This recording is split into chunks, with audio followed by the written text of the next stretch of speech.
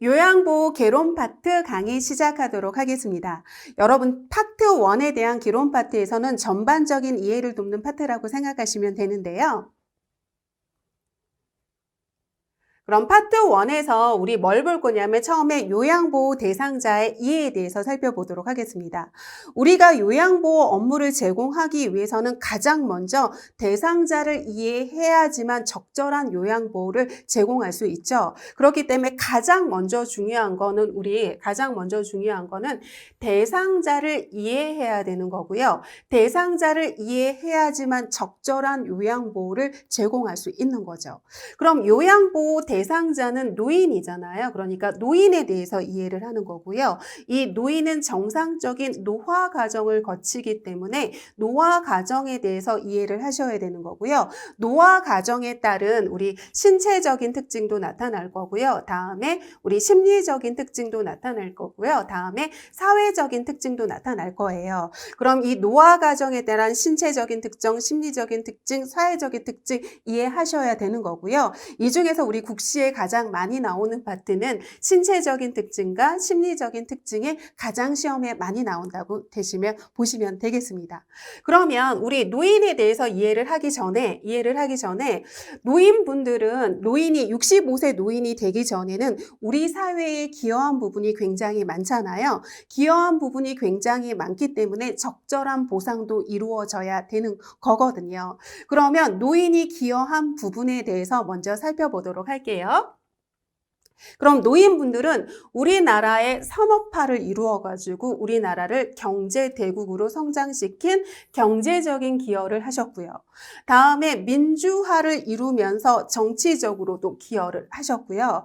다음에 우리 IMF 외환위기를 극복하시면서 가정과 사회를 지탱해 오신 그런 분들이죠. 그래서 사회적으로 기여를 하셨죠. 그럼 이런 기여를 하셨기 때문에 적절한 보상도 이루어져야 되는 건데요. 그러면 어떠한 보상들이 이루어지고 있냐면요. 우리 교통시설 같은 이렇게 공공시설을 이용할 때 요금을 감면해주는 경제적인 보상 이루어지고 있고요. 다음에 우리 사회보장제도를 통해서 아니면 우리 사회복지 이렇게 서비스를 통해서 노인복지 서비스를 통해서 제도적인 보상이 이루어지고 있는데요. 우리 국민연금이라던가 국민건강보험이라던가 노인장기요양보험 같은 사회보장제도랑 노인복지 서비스 같은 제도적인 이렇게 보상이 이루어지고 있고요. 다음에 5월 8일 어버이날, 10월 2일 노인의 날, 다음에 10월 달을 경로의 달로 이렇게 선정을 하고 있으면서 이렇게 정치적인 보상도 이루어지고 있고요. 다음에 노인분들이 이렇게 삶을 살아오면서 경험과 지혜가 쌓이면서 많은 지식들이 이렇게 축적돼 있으신 분들이잖아요. 그렇기 때문에 이 지식 같은 거를 갖다가 전수받기 위해서 어떻게 하는 거냐면 이분들이 보유한 이런 유형의 문화나 무형의 문화를 갖다가 지정을 해서 전수받고자 이렇게 노력하고 있다고 보시면 되겠습니다. 그러면 다음에 뭐를 살펴보도록 하겠냐면요. 여러분, 우리 노인은 65세 이상을 노인이라고 하고 이 노인은 정상적인 노화 과정을 거치게 되잖아요. 그럼 이 노화 과정을 거치면서 전반적인 이렇게 기능이 이렇게 감소하게 되는 거죠. 근데 전반적인 기능이 감소하는 이렇게 부정적인 측면도 있지만 노화로 인한 이렇게 긍정적인 측면도 있는 거거든요. 그럼 이 노화로 인한 이런 긍정적인 측면에 대해서 살펴보도록 할게요. 그럼 노인들은 삶을 살아오면서 경험이 쌓이고 지혜가 쌓이게 되는 거죠. 그러면 이 삶을 살아오면서 경험과 지혜가 쌓이면서 삶의 균형을 이루게 되는 거거든요. 그래서 우리 경험과 지혜가 쌓이면서 삶의 균형을 유지하게 되는 거고요. 이 균형을 유지하니까 당연히 안정적이게 되는 거고요. 다음에 경험과 지혜가 쌓이면서 의사결정에도 굉장히 신중하고 조심스러워지는 거고요. 다음에 이 지혜들이 쌓이면서 수많은 정보들 중에서도 중요한 정보를 추출해낼 수 있는 이런 긍정적인 측면도 있다고 생각하시면 되겠습니다. 그럼 우리 긍정적인 측면의 이런 노화 과정을 거치기 위해서는 신체적으로도 노력을 해야 되고 정신적으로도 노력을 해야 되는데요.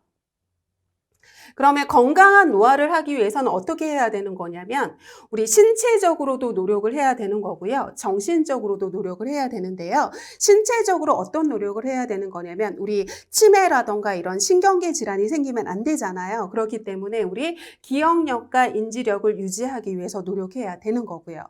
다음에 우리에게 맞는 음식을 선택해야 되고 자신의 상태에 맞는 영양보조식품 선택하는 거고요. 다음에 자신의 현재 상황에 맞는 질환에 맞는 운동 선택하고요. 이 운동을 지속적으로 이렇게 유지해 나가는 그런 노력을 해야 된다고 생각하시면 되겠습니다. 다음에 정신적으로도 노력을 해야 되는데요. 우리 우울증에 빠지면 안 되고 고독감에 빠지면 안 되고 소외감에 빠지면 안 되잖아요. 그렇기 때문에 자기의 역할을 갖다가 상실하지 않도록 사회에 계속 참여를 통해서 자기의 역할을 상실하지 않도록 하는 그런 노력이 굉장히 중요하거든요. 그렇기 때문에 자신의 역할이 상실되지 않도록 사회관계를 유지를 해야 되는 거고요. 이 사회관계를 유지하기 위해서 적극적인 애정표현과 의사소통해야 되는 거고요. 다음에 사회 참여를 계속 해야 되는 거잖아요. 그렇기 때문에 자원봉사 활동 같은 이런 지역사회 참여를 통해서 이렇게 계속적으로 이런 참여 활동을 통해서 자신의 정체성을 유지를 하고 그 다음에 사회에서 소외되지 않고 자신의 역할을 갖다가 계속 유지해 나갈 수 있도록 노력해야 된다고 생각하시면 되겠습니다. 다음은 노년기의 특성에 대해서 나오는데요. 노년기의 특성은 노화에 따른 특성에 대해서 나오는 건데요. 노화에 따른 특성은 신체적인 특성도 있고 심리적인 특성도 있고 사회적인 특성이 있는데 아까 얘기했듯이 우리 신체적인 특성과 심리적인 특성이 가장 중요하고요. 그 중에서도 우리 심리적인 특성이 중요하다고 생각하시면 되겠습니다.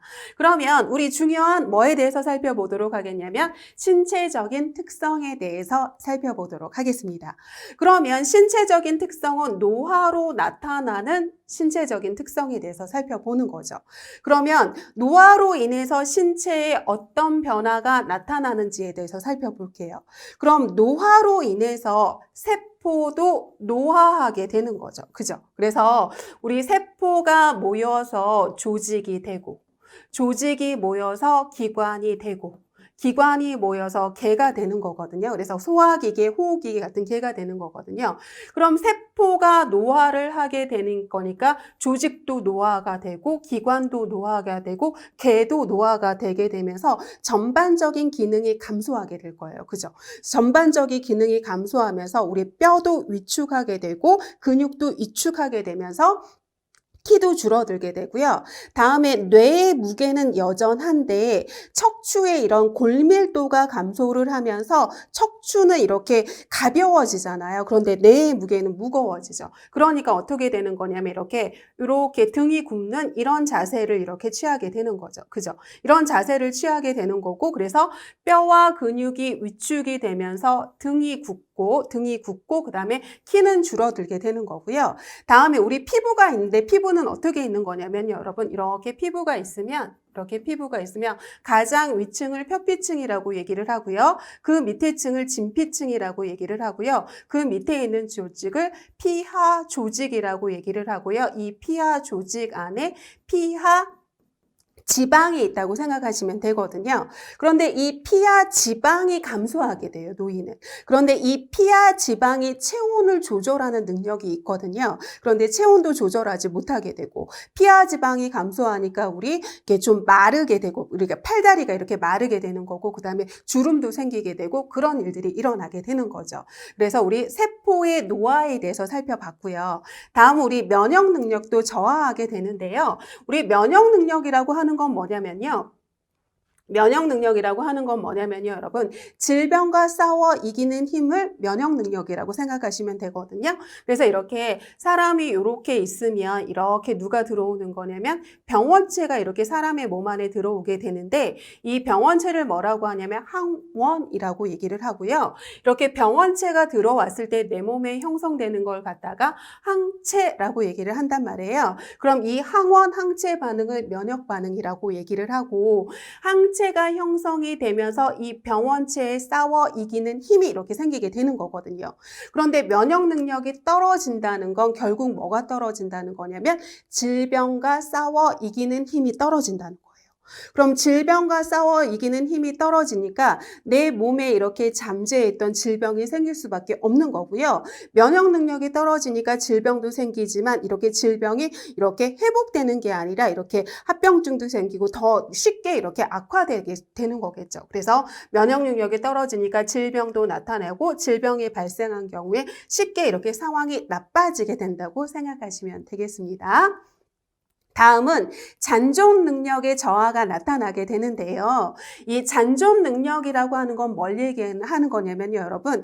남아있는 능력을 얘기를 하는 거거든요. 그럼 남아있는 능력인 잔존 능력이 떨어지면서 예전에는 잘 적응했던 것들을 적응해내지 못하면서 일상생활을 유지하는 데 이렇게 문제가 생기게 되는 거거든요. 그래서 잔존 능력이 떨어지면서 예전에는 잘 적응했던 것들을 적응하지 못하게 되고요. 이런 적응 능력이 떨어지니까 일상생활에 어려움들이 발생할 수 있다고 생각하시면 되겠습니다. 다음은 회복 능력 또한 이렇게 저하되게 되는데요. 예전에는 질병이 생기면 우리 금방 회복이 됐는데 회복 능력이 떨어지기 때문에 질병이 생기면 이렇게 회복이 되는 게 아니라 합병증이 발생하게 되고 쉽게 이렇게 나빠지게 되고 악화되게 되는 거죠. 다음에 여러분이 비가역적인 진행이라는 말은 굉장히 중요하거든요. 그럼 이 B자가 어떤 B자냐면 여러분 안일 B자라고 생각을 하시면 됩니다. 그러면 안일 B자고 이 가역적이라고 하는 건 뭐냐면 정상으로 돌아갈 수 있고 변화시킬 수 있는 걸 갖다가 가역적이라고 하거든요. 그럼 비가역적이라고 하는 건 변화시킬 수 없다라고 생각을 하시면 돼요. 그럼 어떻게 생각하시면 되냐면요, 여러분 사람이 출생을 하게 되죠. 사람이 이렇게 출생을 하게 되면 이렇게 출생을 하고 사망까지 이렇게 가게 되는 거잖아요. 그럼 사람이 출생을 하면서 한 30세서부터 정상적인 노화가 시작이 되는 거잖아요. 그래서 30세부터 이렇게 노화가 시작을 되는 거죠. 노화가 시작이 되면서 질병이 발생하게 되고요. 이 질병으로 인해서 여러 가지 합병증 같은 것도 생기게 되고요. 이 합병증으로 인해서 이렇게 사망까지 가게 되는데요. 이런 과정을 갖다가 이렇게 되돌릴 수 없잖아요, 여러분. 이렇게 되돌릴 수 없고 바꿀 수 없거든요. 그래서 우리 노화의 과정이라고 하는 건 돌이킬 수 없는, 바꿀 수 없는, 그래서 이게 뭐냐면 이렇게 점진적인 진행 과정, 비가역적인 진행 과정이라고 생각하시면 되겠습니다. 그래서 점진적인 진행 과정이고 절대 바꿀 수 없고 되돌릴 수 없는 비가역적인 진행이 바로 노화라고 생각하시면 되겠습니다. 그래서 우리 전반적인 신체적인 특징에 대해서 살펴봤고요. 그럼 이제 그 다음부터 이제 볼 건 뭐냐면 아까 제가 세포가 조직이 되고 조직이 기관이 되고 기관이 개가 된다고 그랬잖아요. 그럼 이 개라고 하는 건 소화기계, 호흡기계, 심혈관계, 비뇨기계 그런 개를 얘기를 하는 거거든요. 그럼 우리 세포가 나이가 들게 되면서 노화가 되게 되잖아요. 그럼 이 세포의 노화로 인해서 전반적인 여러 가지 이 개의 그 소화기계든 호흡기계든 이런 전반적인 기능이 떨어질 거예요. 그죠? 전반적인 이런 기능이 이렇게 떨어지게 되겠죠. 그럼 노화로 인해서 여러 가지 기관별로 나타나는 특징에 대해서 살펴보도록 하겠습니다. 그럼 맨 처음에 뭐에 대해서 나오냐면요, 여러분 소화기계의 변화, 노화로 나타나는 소화기계의 변화에 대해서 살펴보도록 하겠습니다. 그럼 우리 소화기계라고 하는 걸 먼저 살펴보도록 하겠는데요, 여러분 소화기계라고 하는 건 뭐를 얘기하는 거냐면 이렇게 얘기를 하는 거죠. 이렇게 있을 때 보세요. 여기를 바로 뭐라고 하냐면 구강이라고 얘기를 하고요. 그죠? 다음에 여기를 갖다가 인두라고 얘기를 하고요. 그 다음에 이렇게 뭐가 있냐면 식도가 있고요. 그 다음에 이렇게 뭐가 있냐면 위가 있고요. 그 다음에 이렇게 있는 걸 갖다 우리 뭐라고 하냐면 십이지장이라고 얘기를 하죠. 그리고 이렇게 뭐가 있냐면 이렇게 대장이 이런 식으로 있죠. 그죠? 다음에 이게 이렇게 있어가지고 이걸 십이지장이라고 하고 공장이라고 하고 회장이라고 얘기를 하고 맹장이라고 얘기를 하고요. 다음에 상행결장, 횡행결장, 하행결장, X상결장. 그래서 여기가 바로 결장이고요. 다음에 여기 직장이 이렇게 되는 거죠. 그래서 소화기계라고 하는 건 구강에서 시작해서 우리 직장 항문으로 끝나는 총 몇 미터의 장기를 얘기하는 거냐면 이렇게 9미터의 장기를 소화기계라고 한다는 거 일단 알고 계시고요. 그럼 구강에서 항문으로 끝나는 이 소화기계도 있지만 소화를 도와주는 소화기 부속기도 있는 거거든요. 그럼 소화기 부속기라고 하는 위 옆에 뭐가 있냐면 간이 있어요. 간도 소화를 도와주는 소화기 부속기에 해당이 되고요. 간 밑에 담낭이 있는데 이 담낭도 소화를 도와주는 소화기 부속기에 해당이 되고요. 다음에 여기에 이렇게 췌장이 있는데 췌장도 소화를 도와주는 소화기 부속기에 해당이 돼서 그래서 우리 소화기계의 특징에서 뭐가 나오는 거냐면 간에 대해서도 나오고 우리 지방 흡수력 해가지고 췌장에 대해서 나오는 이유가 소화를 도와주는 장기가 바로 소화기 부속기로서 간과 담낭과 췌장이 있기 때문이라고 생각하시면 되겠습니다. 그럼 우리 소화기계의 변화에 대해서 자세히 살펴보도록 할게요. 그럼 노화로 인해서 미각의 둔화로 짠맛과 단맛은 이렇게 짠맛과 단맛은 감소를 하고 쓴맛과 신맛은 이렇게 증가를 한다고 얘기를 하는데요. 이거에 대해서 좀 자세히 알고 계셔야 돼요, 여러분. 그래서 이걸 좀 자세히 살펴보면요. 우리 혀가 이런 식으로 있잖아요. 그러면 혀에는 도돌도돌 해가지고 뭐가 있냐면 이런 게 있죠. 그럼 이걸 갖다가 우리 뭐라고 하냐면 미뢰라고 얘기를 하고요. 이 미뢰는 뭐를 얘기를 하는 거냐면 맛봉오리를 얘기를 하거든요. 그래서 맛을 느끼는 이 봉오리를 미뢰라고 얘기를 해요. 그러면 여기 앞에는 뭐냐면 단맛을 느끼는 미뢰가 있고요. 다음에 여기 뒤에는 짠맛을 느끼는 미뢰가 있고요. 다음에 여기 끝에는 쓴맛을 느끼는 미뢰가 있고요. 이 양쪽에는 뭐냐면 신맛을 느끼는 미뢰가 있다고 생각하시면 되겠습니다. 그런데 여기 앞쪽은 굉장히 우리가 많이 사용하게 되잖아요. 그렇기 때문에 이 앞쪽은 미뢰의 수가 이렇게 감소를 하게 돼요. 미뢰의 수가 감소를 하기 때문에 짠맛 잘 못 느끼게 되고요. 단맛 잘 못 느끼게 되는 거죠. 그런데 우리 상대적으로 이 뒤쪽이랑 양쪽 옆은 잘 사용하지 않기 때문에 이 미래의 수를 유지하는 경향이 있거든요. 그렇기 때문에 쓴맛은 오히려 이렇게 증가하게 되고요. 다음에 신맛도 이렇게 오히려 이렇게 증가하는 경향을 나타낸다고 생각하시면 되겠습니다.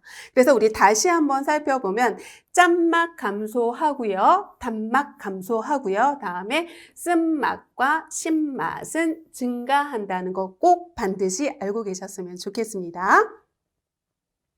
다음에 우리 치아의 상실이라던가 충치라던가 아니면 의치가 잘 맞지 않아서 씹기 어려운 저작의 문제 생길 거예요. 그죠? 저작의 문제 생길 거고요. 다음에 우리 뭐냐면 타액의 분비도 이렇게 줄어들게 되고요. 아니면 우리 위액의 분비도 줄어들게 되고요. 아니면 위산도의 변화도 이렇게 나타나게 되는 거거든요. 그럼 이 타액 속에 탄수화물을 소화시키는 소화효소도 있고요. 다음에 이 위액 속에 펩신이라고 하는 단백질을 소화시키는 효소가 있단 말이에요. 다음에 위산도는 여기 LGCL이라는 염산이 이렇게 음식물을 잘게 부숴주는 기능을 하는데 이런 것들이 감소를 하니까 소화효소가 감소를 하게 되고 음식을 잘게 부수지 못하게 되는 거잖아요. 그러니까 역시 소화 능력 떨어지게 될 테고요. 다음에 이렇게 소화 기능이 떨어지게 되고 식이섬유 같은 게 섭취가 부족하게 되면서 변비 증상 잘 생기게 될 거고요. 다음에 우리 소화기계의 기능이 전반적으로 떨어지기 때문에 변비라던가 설사라던가 구토라던가 우리 복부 팽만 같은 이런 소화기 증상 나타나게 될 거예요. 다음에 우리 아까 제가 췌장도 소화를 이렇게 도와주는 소화기 부속기에 해당이 된다고 했잖아요. 그런데 이 췌장에서 뭐가 분비되는 거냐면 소화효소가 분비가 되거든요. 근데 이 소화효소가 뭐가 분비되는 거냐면 아밀라제가 분비가 되고요. 다음에 뭐냐면 트립신이 분비가 되고요. 그 다음에 뭐냐면 리파아제라는 게 분비가 되는데 이거 안 외우셔도 됩니다, 여러분. 그럼 이게 분비가 되는데 전반적으로 이 소화효소의 분비가 줄어들게 돼요. 그럼 이 아밀라제라고 하는 건 탄수화물을 이렇게 소화시키는 거고요. 다음에 트립신은 단백질을 소화시키는 거고 이 리파아제가 뭐를 소화시키는 거냐면 이렇게 지방을 소화시키는 거거든요. 그런데 이 리파아제의 이 분비가 이렇게 줄어들게 되면서 췌장에서 분비되는 리파제라는 이 지방을 소화시키는 것들이 이렇게 분비가 줄어들게 되면서 지방을 흡수하는 능력이 이렇게 떨어지게 되거든요. 그렇기 때문에 노인분들은 튀김류 같은 거 음식을 갖다가 이렇게 식단에 올려주는 건 이렇게 피해야 되는 거죠. 다음에 아까 간도 소화를 도와주는 소화기 부속기에 해당이 된다 그랬잖아요. 그런데 간 기능도 이렇게 감소할 수밖에 없잖아요. 전반적인 기능이 떨어지게 되니까. 그럼 전반적인 기능이 떨어지면서 간 기능이 감소하게 되고요. 이 간 기능이 감소를 하면서 약물을 대사해내지 못하고 제거하지 못하는 이렇게 해독 능력이 떨어지게 되는 거죠.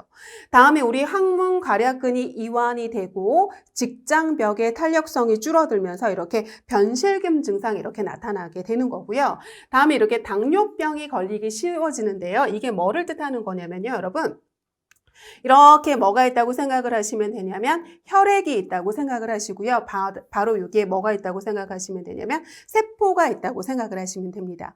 그럼 우리가 음식물을 섭취하거나 단 음식을 먹었을 때 이 혈액 속에 뭐가 올라가는 거냐면 여기 있는 혈당에 이렇게 당이 올라가게 되잖아요. 그럼 혈당이 올라가면 이 세포에서 이 당을 어떻게 하는 거냐면 흡수해내거든요. 그럼 이 세포가 당을 이렇게 흡수하는 능력을 갖다가 우리 뭐라고 하는 거냐면 당내성이라고 얘기를 합니다. 그런데 노화로 인해서 세포가 노화를 하게 되고요. 세포가 노화를 하게 되면 세포의 기능이 떨어질 수밖에 없잖아요. 그럼 세포의 기능이 떨어지기 때문에 당을 이렇게 흡수해내는 능력이 떨어질 거예요. 그럼 당을 흡수해내는 능력이 떨어지니까 여기에 있는 혈당은 올라갈 거고요. 혈당이 올라가면서 고혈당 상태가 될 테고요. 이 고혈당 상태로 뭐가 걸리기 쉬운 거냐면 당뇨가 걸리기 쉽다고 생각하시면 되겠습니다. 그래서 이렇게 당뇨병이 걸리기 쉬운 거죠. 그래서 우리 노화로 나타나는 소화기계의 변화에 대해서 살펴봤습니다. 다음은 노화로 인해서 나타나는 호흡기계의 변화에 대해서도 살펴보도록 하겠습니다.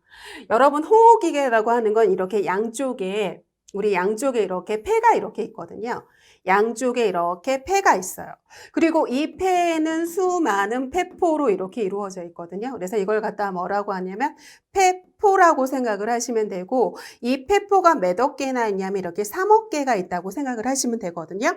그러면 이 폐포가 산소를 들이마시면 폐포가 빵빵하게 이렇게 팽창을 하고, 이산화탄소를 내뿜으면 이게 폐포가 이렇게 쭈그러들면서 이렇게 폐가 확장했다 줄어들었다 확장했다 줄어들었다 횡격막이 내려갔다 올라갔다 내려갔다 올라갔다 하면서 우리가 호흡이라는 걸 하게 되는 거거든요. 그런데 노화가 되면 어떻게 되는 거냐면요, 여러분. 노화가 되게 되면 어떻게 되는 거냐면 호흡기계가 세포가 노화가 되잖아요. 그럼 어떻게 되는 거냐면 세포의 이 수도 감소하게 돼요. 그러니까 폐포의 수도 감소하게 되고요. 다음에 뭐냐면 이 폐포 있잖아요. 이 폐포의 뭐도 감소를 하게 되는 거냐면 탄력성도 이렇게 감소를 하게 되거든요.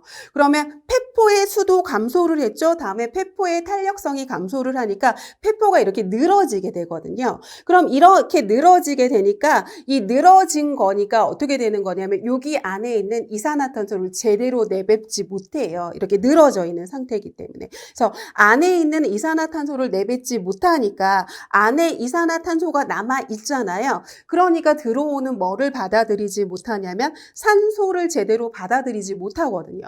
그렇기 때문에 폐로 들어오는 폐순환이 감소하게 되는 거고요.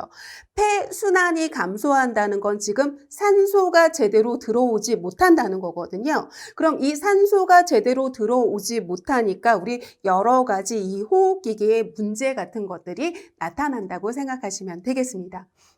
그러면 폐 활량이 감소하게 되는 거죠. 폐순환이 감소하게 되니까. 그러면서 이렇게 산소가 들어오지 못하니까 쉽게 숨이 차게 되는 거고요. 다음에 우리 몸속의 수분 함량이 이렇게 떨어지게 되거든요. 그래서 노인들이 이렇게 건조하게 되는데 코 속에도 이렇게 수분 함량이 떨어지면서 코 속이 이렇게 점막이 건조하게 돼서요. 공기를 이렇게 효과적으로 이렇게 흡입해내지 못하게 되는 거고요. 다음에 호흡 근육이 약화돼요. 호흡이에요. 그래서 우리 횡격막이 내려갔다 올라갔다 내려갔다 올라갔다 하면서 이렇게 호흡을 하게 되는데 횡격막이 바로 근육이거든요. 그런데 이 횡격막 근육이 약화돼 가지고 호흡이 증가하게 되면 제대로 폐가 확장하지 못해서 산소를 제대로 들이마시지 이렇게 들어오지 못하게 되니까 쉽게 피로해지게 되는 거죠. 그래서 안에 있는 이 폐포 속에 있는 늘어져 있는 상태라서 이산화탄소는 지금 많은 상태인데 이산화탄소를 제대로 내뱉지 못하고 산소를 제대로 들어오지 못하는 거니까 쉽게 이렇게 피곤해진다고 생각을 하시면 되는 거고요. 다음에 또 뭐냐면 나이가 들게 되면 이게 노화로 인해서 호흡기계에 뭐가 생기는 거냐면 분비물은 이렇게 계속 증가를 하게 되거든요. 근데 분비물은 증가를 하는데 이 분비물을 제거하는 이 제거 능력은 이렇게 떨어진다고 생각을 하시면 돼요. 그래서 우리 이물질이 들어오면 기침 반사에서 이를 갖다 내뱉게 되는데 이렇게 기침 반사도 이렇게 떨어지게 되는 거고요. 다음에 기도에는 이렇게 섬모가 있어서 이물질을 이렇게 흡착해내는 데요. 흡착해냈다가 기침 반사에서 이렇게 내뱉는 거거든요. 그런데 기침 반사도 떨어지죠. 다음에 이렇게 섬모 활동도 이렇게 떨어진단 말이에요. 그렇기 때문에 이 이물질을 잡지도 못하고 내뱉지도 못하고 그런데 분비물은 많아지면서 호흡기계 감염이 늘어나서 호흡기계 질환이 많이 생길 수밖에 없는 거죠. 그래서 우리 노화로 인한 호흡기계 변화에 대해서 살펴봤고요. 다음은 노화로 인해서 나타나는 심혈관계의 변화에 대해서 우리 살펴보도록 하겠습니다. 그럼 우리 심장을 잠깐 살펴보면요, 여러분. 심장은 이런 식으로 있거든요. 그죠? 이런 식으로 이렇게 있죠. 그러면 우리 뭐라고 하는 거냐면 여기를 우심방이라고 얘기를 하고요. 다음에 여기를 좌심방이라고 얘기를 하고요. 다음에 여기를 우심실이라고 얘기를 하고요. 여기를 좌심실이라고 얘기를 하죠. 그리고 난 다음에 여기 보면 이렇게 있으면 여기를 갖다가 우리 대동맥이라고 얘기를 하고요.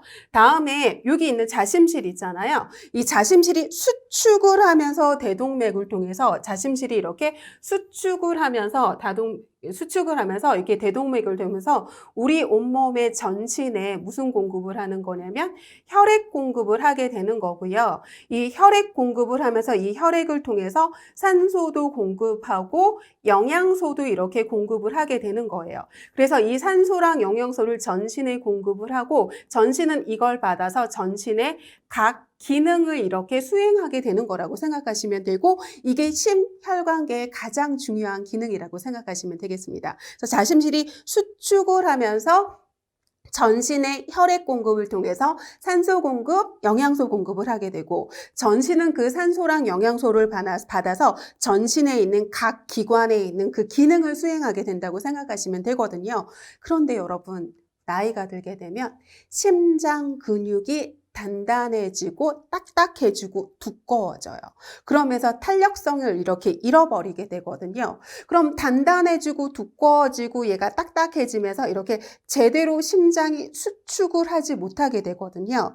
그런데 이 심장이 한번 이렇게 수축하는 걸 뭐라고 하는 거냐면 심박동수라고 얘기를 하거든요. 그럼 심장이 제대로 수축을 하지 못하니까 심박동수가 떨어지게 될 거예요. 그래서 이렇게 심장이 수축을 하지 못하니까 심박동수가 떨어지게 될 테고요. 한번 수축을 할 때마다 혈액을 박출해 내는데 심박동수가 줄어들기 때문에 여기에서 이렇게 박출해 내는 심박출량이 떨어질 수밖에 없을 거예요. 그죠? 그러면 심박출량이 떨어지는 거니까 혈액 공급 제대로 하지 못할 거고요. 혈액 공급 제대로 하지 못하기 때문에 각 기관의 기능은 혈액 공급, 산소 공급을 제대로 받지 못하기 때문에 각 기관의 기능은 감소할 수밖에 없을 거예요. 그리고 아까 심장 근육이 단단해지고 두꺼워지면서 탄력성 감소한다고 얘기를 했고요. 다음에 우리 전신에 여기 보시면 여기 전신의 각 기능을 한다 그랬잖아요. 그럼 이 전신의 각 기능을 하게 되면 얘가 노폐물이 쌓이게 되거든요. 그러면서 이게 전신의 혈액이 뭐가 쌓이는 거냐면 노폐물이 쌓이게 돼요. 그럼 이 노폐물이 어디로 들어오는 거냐면 우심방으로 들어와서 이 우심방에 들어온 이 더러운 혈액이 어디로 가는 거냐면 양쪽의 폐로 가면서 깨끗한 혈액으로 거르게 되는 거거든요. 그래서 우리 이 전신을 덜은 이 노폐물이 가득한 혈액이 어디로 들어와야 되는 거냐면 우심방으로 들어오게 되는데 이거를 갖다가 우리 뭐라고 하는 거냐면 정맥기환이라고 얘기를 하는데 전반적인 혈액순환이 감소를 하면서 어떻게 되는 거냐면 얘가 정맥귀환을 하지 못하게 돼요. 그러면 정맥으로 귀환하는 양이 줄어들게 되기 때문에 말초에 혈액이 남아있게 될 거 아니에요. 그럼 말초에 혈액이 남아있으면서 하지 부종 같은 거 생기게 되는 거죠. 그렇게 하지 부종이 생기고 정맥에 지금 혈액이 남아있기 때문에 정맥이 늘어지게 되는 정맥류 나타나게 될 테고요. 다음에 우리 항문에 정맥이 늘어난 걸 치질이라고 하거든요. 그러니까 정맥류의 일종인 치질 같은 거 나타나게 될 테고요. 그리고 역시 우리 지금 혈액순환이 제대로 이루어지지 않고 있잖아요. 그러니까 기립성 저혈압 문제 같은 거 나타나게 되는데 기립성 저혈압이라고 하는 건 갑자기 위치를 바꿨을 때 그래서 앉았다 갑자기 일어나거나 이럴 때 이 순환기계가 혈액순환이 이렇게 제대로 적응을 하지 못해서 어지러운 증상 나타나는 게 바로 기립성 저혈압이죠. 그래서 혈액순환이 제대로 이루어지지 않기 때문에 기립성 저혈압 같은 문제 나타날 겁니다. 그래서 우리 심혈관계의 변화도 살펴봤습니다. 그러면 우리 다시 한번 보면 요걸 볼 건데요. 여러분 보세요. 심혈관계의 변화는 노화의 가장 중요한 변인이 될 수밖에 없는 거죠. 왜냐하면 아까 자심실이 수축을 하면서 전신에 혈액 공급을 하고 혈액 공급을 하면서 전신에 영양소랑 성소를 공급하고 이 전신은 혈액을 받아서 각자의 기능을 한다고 했잖아요. 그런데 여러분 심혈관계는 노화로 인해서 심장 근육이 두꺼워지고 그 다음에 어떻게 된 거냐면 심박동수가 감소를 하면서 혈액 공급을 제대로 하지 못하게 되잖아요. 혈액 공급을 제대로 하지 못하게 되고 혈액 공급을 제대로 하지 못하니까 산소나 이런 영양소 공급을 제대로 하지 못하게 되죠.